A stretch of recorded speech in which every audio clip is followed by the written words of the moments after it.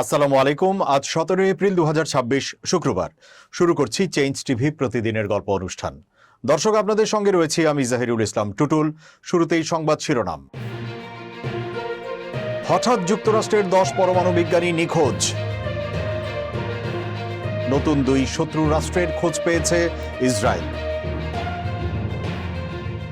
প্রধানমন্ত্রীকে সতর্ক করলেন আইনজীবী শিশির মনির। শুরুতেই ইরান যুক্তরাষ্ট্র যুদ্ধ পরিস্থিতির খবর। যুক্তরাষ্ট্রের অন্তত 10 জন বিজ্ঞানীর রহস্যজনকভাবে নিখোঁজ হওয়া ও মৃত্যুর ঘটনাকে কেন্দ্র করে তদন্ত শুরু করেছে মার্কিন প্রশাসন। এক সংবাদ সম্মেলনে হোয়াইট হাউসের প্রেস সেক্রেটারি ক্যারোলিন লেভিট বলেন, সংশ্লিষ্ট সংস্থাগুলোর সঙ্গে এখনো বিস্তারিত আলোচনা হয়নি, তবে ঘটনাগুলোর ধরন ও পুনরাবৃত্তি উদ্বেগজনক। এ কারণে প্রশাসন আনুষ্ঠানিক তদন্ত শুরু করার সিদ্ধান্ত নিয়েছে। নিখোঁজদের মধ্যে রয়েছেন নাসার জেট প্রপালশন ল্যাবরেটরির সিনিয়র মহাকাশ প্রকৌশলী ও উপকরণ প্রক্রিয়াকরণ বিভাগের পরিচালক মনিকা জাসিন্তো রেজা, যিনি 2025 সালের জুনে ক্যালিফোর্নিয়ায় হাইকিংয়ের সময় নিখোঁজ হন। এছাড়া সরকারি ঠিকাদার স্টিভেন গার্সিয়া 2025 সালের আগস্টে নিখোঁজ হন। লস আলামোস ন্যাশনাল ল্যাবরেটরির সাবেক কর্মী অ্যান্থনি চাভেস একই বছরের মে মাসে নিখোঁজ হন। অবসরপ্রাপ্ত এয়ারফোর্স মেজর জেনারেল উইলিয়াম নীল ম্যাককাসল্যান্ড 2026 সালের ফেব্রুয়ারিতে নিখোঁজ হন। এদিকে মৃত্যুর ঘটনাগুলোর মধ্যেও রহস্য তৈরি হয়েছে। নাসার জেট প্রপালশন ল্যাবরেটরির বিজ্ঞানী ফ্র্যাঙ্ক মাইওয়াল্ড 2024 সালে মারা যান, তবে তার মৃত্যুর কারণ প্রকাশ করা হয়নি। একই প্রতিষ্ঠানের গবেষক মাইকেল ডেভিড হিক্স 2023 সালে মৃত্যুবরণ করেন, যার কারণও অপ্রকাশিত।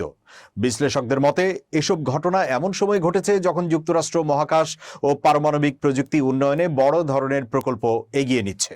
বিষয়টি নিয়ে কংগ্রেসও উদ্বেগ প্রকাশ করা হয়েছে এবং তদন্তে ফেডারেল তদন্ত সংস্থা যুক্ত করার আহ্বান জানানো হয়েছে। নিরাপত্তা বিশেষজ্ঞরা মনে করছেন, সংশ্লিষ্ট বিজ্ঞানীদের মধ্যে একসঙ্গে এ ধরনের নিখোঁজ ও মৃত্যুর ঘটনা জাতীয় নিরাপত্তার জন্য সংবেদনশীল ইঙ্গিত বহন করতে পারে, তাই বিষয়টি গভীরভাবে খতিয়ে দেখা জরুরি। পোপ লিও আফ্রিকায় তার গুরুত্বপূর্ণ সফরের শুরুতে সোমবার আলজেরিয়ায় যাত্রা করেন। ওই সময় তিনি সিদ্ধান্ত নেন ডোনাল্ড ট্রাম্পের সামাজিক মাধ্যমে করা কঠোর সমালোচনার জবাব সরাসরি দেবেন নাকি তা উপেক্ষা করবেন। শেষ পর্যন্ত তিনি দ্বিতীয় পথটি বেছে নেননি, বরং ব্যতিক্রমভাবে সরাসরি হোয়াইট হাউসকে উদ্দেশ্য করে বক্তব্য দেন। পোপের বিমানেই সাংবাদিকদের তিনি বলেন, ট্রাম্প প্রশাসনের প্রতি তার কোনো ভয় নেই এবং তিনি ঈশ্বরের বার্তা প্রচার থেকে পিছপা হবেন না। তিনি বলেন, আমি মনে করি না গসপেলের বার্তাকে এভাবে অপব্যবহার করা উচিত, যেমনটি কিছু মানুষ করছে। তিনি আরো যোগ করেন, অনেক নিরীহ প্রাণ হারিয়েছে, কেউ না কেউকে দাঁড়িয়ে বলতে হবে যে এর চেয়ে ভালো পথ আছে। তার এই বক্তব্য তাকে ট্রাম্প প্রশাসনের বিপরীতে সবচেয়ে দৃশ্যমান আন্তর্জাতিক প্রতিপক্ষ হিসেবে তুলে ধরছে।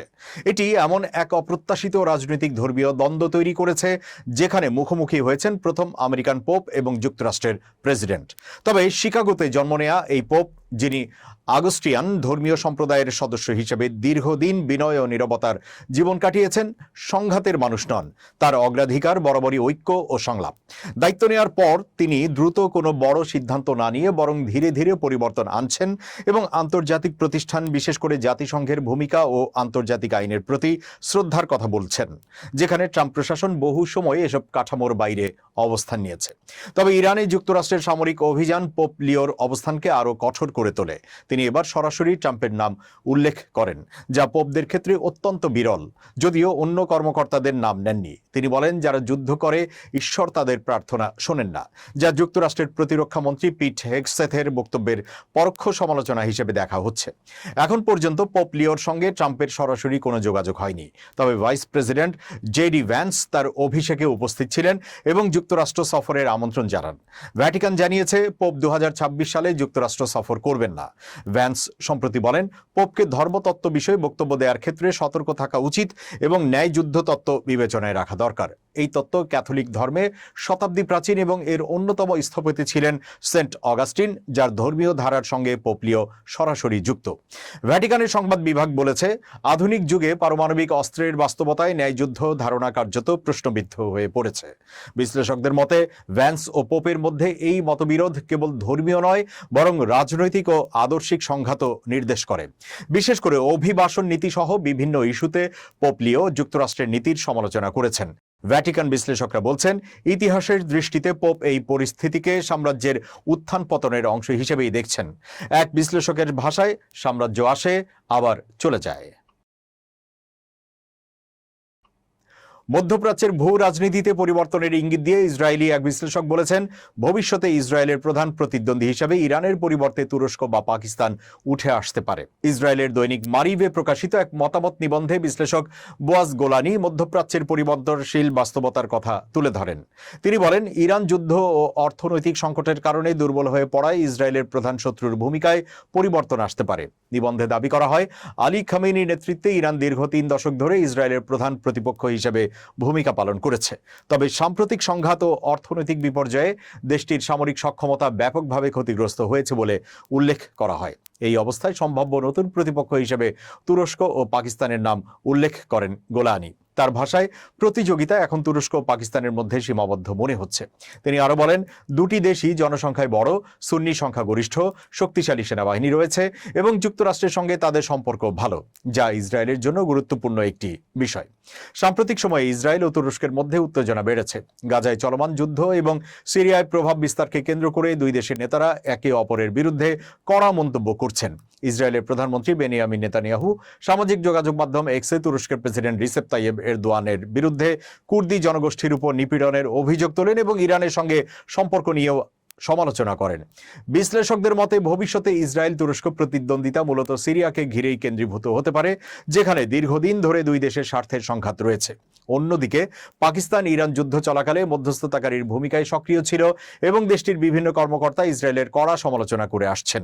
সম্প্রতি পাকিস্তানের প্রতিরক্ষা মন্ত্রী খাজা আসিফ এক পোস্টে ইসরায়েলকে শয়তান ও মানবতার জন্য অভিশাপ বলে উল্লেখ করেন, যদিও পরে পোস্টটি মুছে ফেলা হয়। গোলানি তার নিবন্ধে সতর্ক করে বলেন, ইরানের সঙ্গে সংঘাত শেষ হলে ইসরায়েলকে নতুন কোনো দেশের সঙ্গে সরাসরি মুখোমুখি হওয়ার সম্ভাবনার জন্য প্রস্তুত থাকতে হবে। তিনি বলেন, তাদের মধ্যে থেকেই বেছে নেওয়া হোক, সিদ্ধান্তটি আমাদের হাতে নয় এবং উভয় বিকল্পই প্রায় সমানভাবে খারাপ। দর্শক, এবার দেশের খবর। চলতি বছরেই কাউন্সিল আয়োজনের প্রস্তুতি নিচ্ছে বাংলাদেশ জাতীয়তাবাদী দল বিএনপি। আর সেই কাউন্সিলের পর রাজনীতি থেকে অবসর নেওয়ার ইচ্ছার কথা জানিয়েছেন দলের মহাসচিব মির্জা ফখরুল ইসলাম আলমগীর। সম্প্রতি একটি বেসরকারি টেলিভিশনকে দেওয়া এক সাক্ষাৎকারে তিনি জানান, দিনক্ষণ এখনো চূড়ান্ত না হলেও চলতি বছরেই বিএনপির কাউন্সিল অনুষ্ঠিত হবে। এর আগে তৃণমূল পর্যায়ে সম্মেলন সম্পন্ন করা হবে বলেও উল্লেখ করেন তিনি। দলটির সর্বশেষ কাউন্সিল অনুষ্ঠিত হয়েছিল প্রায় 10 বছর আগে। দীর্ঘ সময় ধরে আন্দোলন সংগ্রাম ও রাজনৈতিক ব্যস্ততার কারণে নতুন করে কাউন্সিল আয়োজন সম্ভব হয়নি বলে সংশ্লিষ্টরা জানিয়েছেন। সাম্প্রতিক নির্বাচন শেষে বিষয়টি আবারও গুরুত্ব পেয়েছে এবং দলের সর্বোচ্চ নীতি নির্ধারণী ফোরাম স্থায়ী কমিটির বৈঠকেও এ নিয়ে আলোচনা হয়েছে, যদিও এখনো চূড়ান্ত সিদ্ধান্ত আসেনি। আসন্ন কাউন্সিলে মহাসচিব পদে নতুন মুখ আসবে। মির্জা ফখরুল জানান, রাজনীতি থেকে অবসর নিতে চান। তিনি বলেন, আমি খুবই ক্লান্ত, আগামী কাউন্সিল পর্যন্ত থাকতে হচ্ছে। কাউন্সিলের পর অবসর নিতে চাই। আমার অনেক বয়স হয়ে গেছে, অসুস্থ হয়ে যাচ্ছি। উল্লেখ্য, মির্জা ফখরুল ইসলাম আলমগীর 2016 সালের 30 মার্চ থেকে বিএনপির মহাসচিব হিসেবে দায়িত্ব পালন করছেন। এর আগে 2011 সালের 20 মার্চ থেকে 5 বছর তিনি ভারপ্রাপ্ত মহাসচিব ছিলেন। 2009 সালে দলের পঞ্চম জাতীয় কাউন্সিলে তাকে সিনিয়র যুগ্ম মহাসচিব করা হয়। মির্জা ফখরুল 1960-এর দশকে ঢাকা বিশ্ববিদ্যালয়ের অর্থনীতি বিভাগের ছাত্র থাকাকালীন তার রাজনৈতিক যাত্রা শুরু করেন। সেই সময় তিনি পূর্ব পাকিস্তান কমিউনিস্ট পার্টির ছাত্র সংগঠন পূর্ব পাকিস্তান ছাত্র ইউনিয়ন বা ইপিএসইউ-এ যোগদান করেন। তিনি সংগঠনের ঢাকা বিশ্ববিদ্যালয়ের এসএম হলের ইউনিটের মহাসচিব নির্বাচিত হন। মির্জা ফখরুল পূর্ব পাকিস্তান ছাত্র ইউনিয়নের বিভিন্ন স্তরের মধ্য দিয়ে উঠে আসেন এবং 1969 সালে রাষ্ট্রপতি আইয়ুব খানের বিরুদ্ধে গণ অভ্যুত্থানের তুঙ্গে ওঠার সময় সংগঠনের মর্যাদাপূর্ণ ঢাকা বিশ্ববিদ্যালয় ইউনিটের সভাপতি হিসেবে আবির্ভূত হন। রাজনৈতিক কারণে তাকে গ্রেপ্তার করা হয় এবং কারাগারে পাঠানো হয়। প্রধানমন্ত্রী তারেক রহমানকে অপ্রিয় সত্য জানিয়ে বাংলাদেশ সুপ্রিম কোর্টের সিনিয়র আইনজীবী মোহাম্মদ শিশির মনির সামাজিক যোগাযোগ মাধ্যম ফেসবুকে তালিকা আকারে একটি সতর্কতামূলক পোস্ট শেয়ার করেছেন। শুক্রবার সকাল 10:17 নিজের ভেরিফাইড ফেসবুকে তিনি এই পোস্ট শেয়ার করেন। পোস্টে শিশির মনির লিখেন, আজ আমি আপনাকে কয়েকটি অপ্রিয় সত্য কথা বলবো। আপনি এখন ক্ষমতায়, তাই আপনাকে অনেকেই এসব কথা বলতে চাইবে না, অনেকেই সংকোচ বোধ করবে, কেউ কেউ ভয় পাবে। মানা কিংবা না মানা আপনার একান্ত বিষয়ে উল্লেখ করে এই সিনিয়র আইনজীবী বলেন, অতীতে অতিরিক্ত তোষামোদির কারণে অনেকেই হেয় প্রতিপন্ন হয়েছেন। ডিগ্রির পর ডিগ্রি, উপাধির পর উপাধি, কত কি, শেষ পর্যন্ত কোনো কিছুই তাদের রক্ষা করতে পারে নাই। ইদানিং দেখছি আপনি এবং আপনার পরিবারকে নিয়ে একই কাজ করা হচ্ছে। কে করছে, কেন করছে, আপনি ভালো বলতে পারবেন। পোস্টে উদাহরণ হিসেবে তিনি উল্লেখ করেন, যেমন মহান জাতীয় সংসদে আপনাকে শিশু মুক্তিযোদ্ধা হিসেবে ঘোষণা করার দাবি উত্থাপন। টাইম ম্যাগাজিনে আপনি 100 জন প্রভাবশালীদের একজন, তাই সংসদে অভিনন্দন প্রস্তাব আনা। খবরে এসেছে, সবাই জেনেছে, আপনাকে সামনে রেখে অভিনন্দন প্রস্তাব কেন আবার? কোনো সরকারি দায়িত্ব না থাকা সত্ত্বেও আপনার মেয়ে জাইমা রহমানকে প্রোটোকল দেওয়া বা হাইলাইট করা, সংসদে আপনাকে সম্রাট বাবরের সাথে তুলনা করা, আপনার হাতে আপনার শাসনকালে আপনার মেয়ের মাধ্যমে আপনার মাতা দেশনেত্রী মরহুমা বেগম খালেদা জিয়াকে মরণোত্তর স্বাধীনতা পুরস্কার দেয়া, ক্রিকেট বোর্ডে কেন্দ্রীয় নেতাদের সন্তানদের মিলন মেলা বানানো, আপনাকে পায়ে ধরে সালাম করা, যদিও একজনকে আপনি নিষেধ করেছেন, ইত্যাদি। নিঃসন্দেহে আপনি বেশ কিছু সহজ সরল ব্যতিক্রম উদাহরণ দেখিয়েছেন জানিয়ে শিশির মনির বলেন, যেমন সাধারণ জামা কাপড় পরিধান করা, প্রোটোকল কম ব্যবহার করা, হেঁটে যাওয়া, বিদ্যুৎ কম ব্যবহার করা, সময় মতো অফিসে যাওয়া, ছুটির দিন কাজ করা ইত্যাদি। গণ অভ্যুত্থানের পর সাধারণ মানুষ আর তোষামোদী দেখতে চায় না উল্লেখ করে তিনি বলেন, আমরা চাই কাজ। যে যত বেশি কর্মক্ষম, সৎ, তিনি তত বেশি গ্রহণযোগ্য হবেন।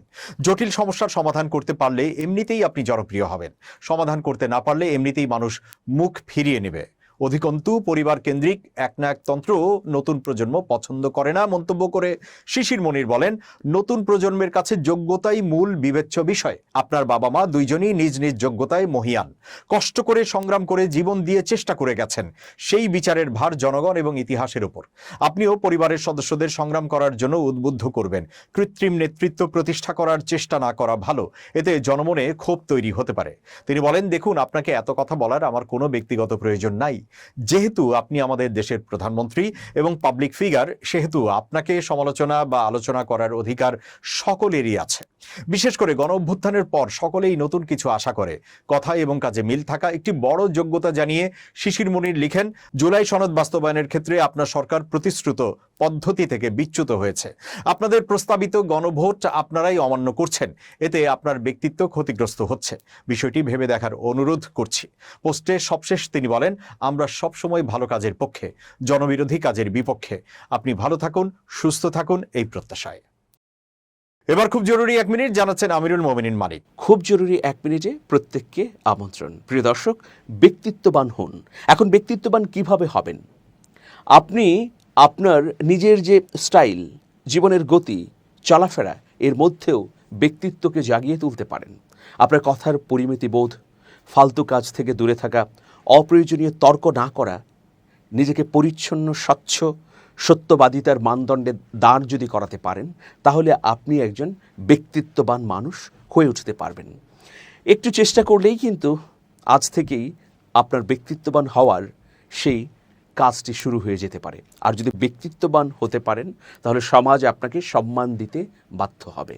ভালো থাকবেন, শুভেচ্ছা নিরন্তর। দর্শক, এবার দেশের বাইরের আরো খবর। পাকিস্তানে একটি পাথরের খনি ধসে 17 দিন পর ধ্বংসস্তূপের নিচ থেকে একটি ব্যক্তিকে জীবিত উদ্ধার করা হয়েছে। উদ্ধার হওয়া ব্যক্তির নাম আব্দুল ওয়াহাব বলে জানিয়েছে রেস্কিউ 1122। এক প্রতিবেদনে জিও নিউজ বলছে, গত 31 মার্চ খাইবার পাখতুনখোয়ার মারদান জেলার রুস্তম তেহসিলের নাঙ্গাবাদ এলাকায় পাথর খনি ধসের ঘটনা ঘটে। ফলে সেখানে কর্মরত শ্রমিকরা চাপা পড়ে যান। এই ঘটনায় 8 জন শ্রমিক নিহত হন। রেস্কিউ 1122 এর কর্মকর্তা সৈয়দ আব্বাস এক ভিডিও বার্তায় জানান, জীবিত উদ্ধার হওয়া ব্যক্তির নাম আব্দুল ওয়াহাব। তিনি মোহাম্মদ জেলার বাসিন্দা। দীর্ঘ অনুসন্ধান ও উদ্ধার অভিযানের পর তাকে জীবিত অবস্থায় উদ্ধার করা হয় এবং সঙ্গে সঙ্গেই চিকিৎসা দেওয়া শুরু হয়। তিনি আরো জানান, এর আগে আটকে পড়া সবার হিসাব মিলিয়ে দেখা হয়েছিল, তবে একজন নিখোঁজ ছিলেন বলে ধারণা করা হচ্ছিল। উদ্ধারকৃত ব্যক্তিকে বর্তমানে মারদান মেডিকেল কমপ্লেক্সে চিকিৎসা দেওয়া হচ্ছে বলে জানান তিনি। উল্লেখ্য, খাইবার পাখতুনখোয়ার বিভিন্ন জেলায় ভূমিধস একটি নিয়মিত ঝুঁকি। বিশেষ করে আপারদির, চিত্রাল, কোহিস্তান এবং সোয়াতের মতো পার্বত্য অঞ্চলে খাড়া ঢাল ও ভঙ্গুর ভূপ্রকৃতির কারণে এসব এলাকার মানুষ সবসময় ঝুঁকির মধ্যে বসবাস করেন। শেষ করছি চেঞ্জ টিভির প্রতিদিনের গল্প অনুষ্ঠান। changetv.press বাংলাদেশের ইউটিউব জার্নালিজমের অগ্রদূত। ভিজিট করুন এর ওয়েবসাইট www.changetv.press, youtube.com/changetvpress এবং সাবস্ক্রাইব করুন চ্যানেলটি। নিয়মিত লাইক, কমেন্ট ও শেয়ার করে আপডেট রাখুন নিজেকে। ভালো থাকুন, নিরাপদে থাকুন, শুভেচ্ছা নিরন্তর।